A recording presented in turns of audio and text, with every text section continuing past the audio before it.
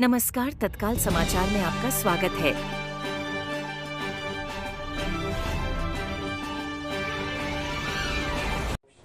के बाद पहली मीटिंग हुई है जिसकी अध्यक्षता हमारे माननीय मुख्यमंत्री श्री सुखविंदर सिंह सुक्खू जी ने की है और इसमें बहुत महत्वपूर्ण फैसले लिए गए हैं जो इस प्रकार है।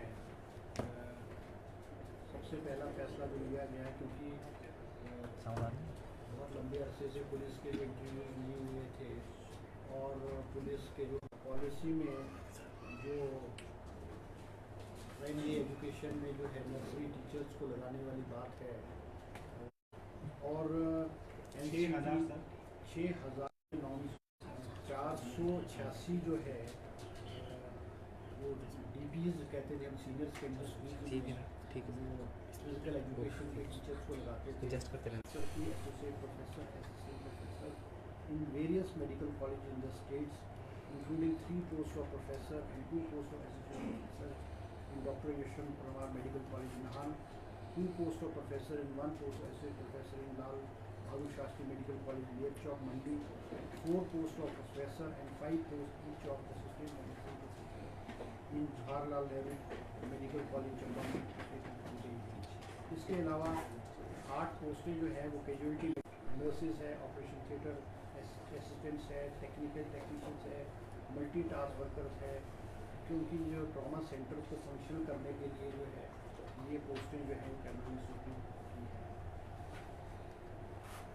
इसके अलावा कैबिनेट ने जो है 13 पोस्टें, क्योंकि जो हमारे 4 लेन्स हैं, 4 लेन भी हमारे 4 हैं, शिमला से परवानी से शिमला है और हीरकपुर मनाली है, पठानकोट मंडी है और शिमला मटौर है। इसके चारों साइड जो है वो हैज़र्ड कंस्ट्रक्शन हो रही थी।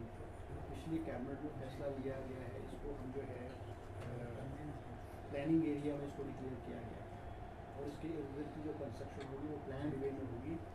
उसको पूरा करने के लिए उसकी जो SP ऑफिस जो है डेरा सब डिवीजन में एक SP ऑफिस, नए सुप्रिटेंडेंट ऑफ पुलिस ऑफिस खोलने की आज कैबिनेट में स्वीकृति प्रदान की गई है, जिसको सिर्फ अभी कैबिनेट ने अप्रूव किया गया क्योंकि वो आचार संहिता लगी है। तो अभी उसकी जो है नोटिफिकेशन और फंक्शनलिटी जो है वो चुनाव के बाद जो है डेरा में SP ऑफिस खोला जाएगा और SC ऑफिस भी, SC PW ऑफिस भी जो है वो डेरा में आज कैबिनेट ने स्वीकृति प्रदान की है और इसकी जो नोटिफिकेशन है फॉर्मल ओपनिंग है वो डेरा में चुनाव के बाद जो है वो की जाएगी। इसके अलावा एक्सियन ऑफिस हरोली, ऊना जिले के हरोली में इलेक्ट्रिकल डिवीजन का जो है एक डिवीजन खोलने की जो है आज कैबिनेट जो है अनुमति प्रदान की है।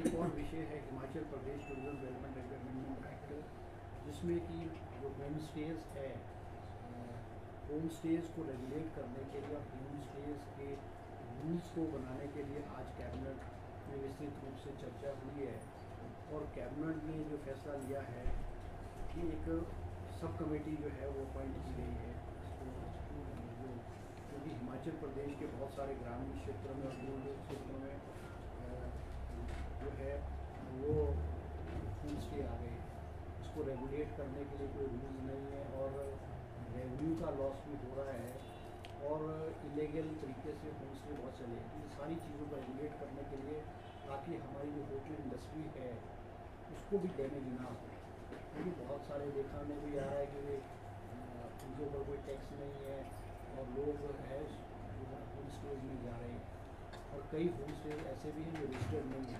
उसके लिए कैबिनेट सब कमेटी की फॉर्मेशन हुई है under the chairmanship of industry minister, जिसके मेंबर जो हैं Anirudh Singh ji rural development minister, PWD minister Vikramaditya Singh ji and technical education minister Vijay Dhawani ji जो है इसके जो है वो मेंबर होंगे।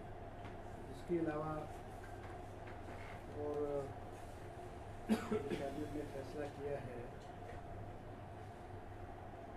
एक तो ड्राइवर्स की जो रिक्रूटमेंट एंड प्रमोशन रूल्स है उसमें भी जो है आज सरकार ने जो है वो फैसला लिया, अमेंडमेंट की है कि ड्राइवर्स में भी जो है, क्योंकि ड्राइवर्स के लिए वैसे रूल्स नहीं थे, अब सरकारी में ड्राइवर रिक्रूटमेंट के लिए जो है वो +2 अनिवार्य किया गया है और स्किल टेस्ट होगा, इनका स्किल टेस्ट होगा और साथ में जो उनके +2 की मेरिट होगी उसके जो है 20 नंबर होंगे और 5 जो है 5 नंबर जो है इनके एक्सपीरियंस के जो है वो ये यही जो है कोई इम्पोर्टेंट इश्यूज थे जो मैं आपके ध्यान में भी लाया था।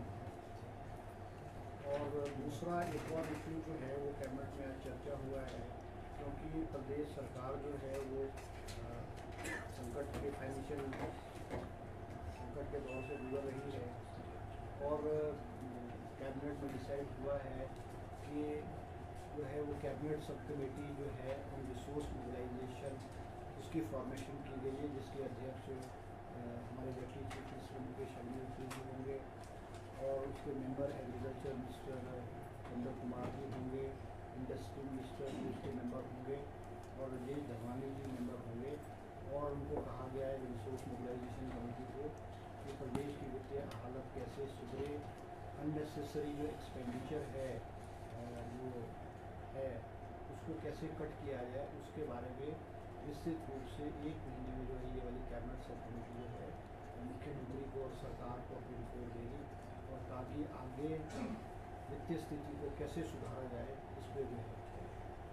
और आज कैबिनेट में निश्चित रूप से जो है वो ड्राउट पे भी चर्चा हुई है, क्योंकि हिमाचल प्रदेश के बहुत सारे क्षेत्रों में बारिश ना होने की वजह से नुकसान हो रहा है और चीफ सेक्रेटरी ने प्रेजेंटेशन भी दी है कि भाई इसको कैसे किया जाए। तो मुख्यमंत्री जी ने इस ड्राउट को निपटने के लिए चीफ सेक्रेटरी को ऑफिसर्स को जो है वो फर्दर इंस्ट्रक्शन दी है। इसके अलावा जो फायर हिमाचल प्रदेश के अलग अलग जंगलों में लग रही है उसके क्या कारण है, इन फ्यूचर उसको किस तरह से रोका जाए और एक लॉन्ग टर्म प्लानिंग किस तरह से की जाए, उसको निश्चित रूप से जो है आज कैबिनेट में जो है चर्चा की गई। ये कुछ इम्पोर्टेंट इश्यूज कैबिनेट में चर्चा की गई। तो जो पीछे कैबिनेट सब कमेटी की मीटिंग हुई थी 949 तो उसमें क्या अब जो रिजल्ट है? हाँ, एक और जो कैबिनेट में आज चर्चा हुई है तो वो आपने जो कैरियर सबऑर्डिनेट सर्विस बोर्ड वाला है उसमें भी आज विस्तृत रूप से चर्चा हुई है, क्योंकि तो इसमें बहुत सारे इश्यूज पेंडिंग थे। कुछ के तो हमने कैबिनेट में डिसाइड कर दिए थे, कोड डिसाइड कर दिए थे, मगर कुछ कोड जो हैं जिसमें केसेस नहीं है, जिसमें एफआई और केसेस नहीं है, उनको भी आज कैबिनेट ने विधिवत रूप से फैसला सबऑर्डिनेट सर्विस कमीशन को हिदायत दी है कि उनके रिजल्ट्स को डिक्लेयर किया जाए और आगे वाला जो सर्टिफिकेशन है देखने वाला है उसको किया जाए। ये अलग अलग 20 कोड्स हैं, जिसमें 969 है, 99 है, 928 है, 982 है, 986 है, 992 है, 994 है, 997 है, 1000 है, 961 है, 966 है, 967 है, 968 है, 978 है, 987 है, 991 है, 993 है, 995 है, 996 है, 1001 है, 1004 है, 1006 है। ये अलग अलग जो कोड्स हैं जिसमें कैबिनेट सब कमेटी ने अपनी जो रिपोर्ट दी थी, इसमें कोई एफआईआर और केसेस नहीं थे, मगर बहुत लंबे अरसे से हमीरपुर सबऑर्डिनेट सर्विस बोर्ड में नियमितताएँ पाए जाने की वजह से रुके गए थे। ये सब के सब जो हैं कैबिनेट ने आज क्लियर करके हमीरपुर सबऑर्डिनेट सर्विस बोर्ड को जो डायरेक्शन दिए हैं कि इनके जो है वो रिजल्ट जो हैं वो डिक्लेयर किए। 9 नहीं, वो जो 4 हैं जो कैबिनेट सब कमेटी ने क्लियर किए हैं वो कैबिनेट में नहीं आए, वो it was not part of the agenda, और वो 4 हमने कैबिनेट सब कमेटी में क्लियर कर दी है। तो जैसे भी कैबिनेट में आएंगे वो क्लियर कर दिए, जो 4 हमने कैबिनेट सब कमेटी में की। रिसोर्स मोबिलाइजेशन की बात हो रही है, किस तरह के खर्चे कम करेगी?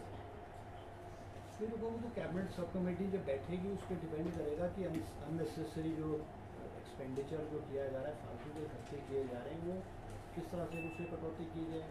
अब हिमाचल सरकार को मान लो रिचार्ज को हिमाचल गवर्नमेंट को 700 करोड़ रुपए हर साल देना पड़ रहा है। इलेक्ट्रिसिटी बोर्ड को भी हिमाचल प्रदेश को कोई 2000 करोड़ के करीब देना पड़ रहा है। टूरिज़्म कॉरपोरेशन जो बोर्ड्स और कॉरपोरेशन हैं इनको इनको इनको भी करना पड़ता ये दे रही हिमाचल सरकार को।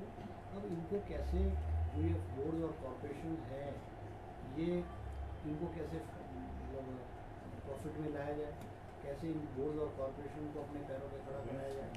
और कुछ ऐसी स्कीम्स हैं जो जिसका जो कोई ज़्यादा बेनिफिट नहीं है। कुछ ऐसी स्कीम्स भी हैं जो वेल ऑफ लोगों को मिल रही है, जो गवर्नमेंट एम्प्लॉयज़ हैं, इनकम टैक्स पेयर्स हैं, बड़े बड़े बिजनेसमैन हैं, वो भी इन स्कीमों का लाभ ले रहे हैं। वो विस्तृत रूप से कैबिनेट सब कमेटी जब बैठेगी, चाहे वो मान लो बिजली में अब 125 यूनिट बिजली दी जा रही है, या फूड सब्सिडी दी जा रही है, या बहुत सारी ऐसी चीज़ें दी जा रही हैं, तो उसको विस्तृत रूप से जो बड़े बड़े लोगों को भी लाभ मिल रहा है। सर एक तरफ सरकार रिसोर्स मोबिलाइजेशन की बात कर रही है, कमेटी का गठन कर रही है, लेकिन दूसरी तरफ कैबिनेट रैंक बांटे जा रहे हैं। आपको नहीं लगता ये सही नहीं है? और देखो ऐसे आज का तो इशू है ही ना ये। और सबसे बड़ी बात है, राजनीति में बहुत सारी पॉलिटिकल कंपैशन भी होती है। अब जो इसकी आप चर्चा कर रहे हो, क्या पिछली सरकारों में और अलग अलग राज्यों में अलग अलग सरकार जो है अपने लोगों को वो पद देती है? कोई ये नई बात थोड़ी है, या पहली बात थोड़ी हो रहा है। पिछली सरकार में भी जो पद है, अब मान लो पद बांटने से क्या होना, कैबिनेट स्टेटस से कोई आपको अलग फाइनेंशियल बर्डन थोड़ी पड़ता है। वो तो सिर्फ इन टर्म्स ऑफ उनका जो स्टेचर है, उनका दर्जा बढ़ाने के लिए कैबिनेट स्टेचर दिया जाता है। बाकी in terms of financial terms की में जो है इसका कोई लाभ नहीं होता। सर मुख्यमंत्री की धर्मपत्नी को देहरा से टिकट दे दिया गया है, नोटिफिकेशन की जारी कर दी है, इसको आप किस तरह से देखते हैं? और क्या प्रतिक्रिया सर, चुनाव जीतेंगी? देखो ऐसा है कि मैं तो भी कैबिनेट से सीधा आया हूँ। टिकट का फैसला तो केंद्र सरकार के कार्यकाल हिमाचल सरकार पूरा करेगी।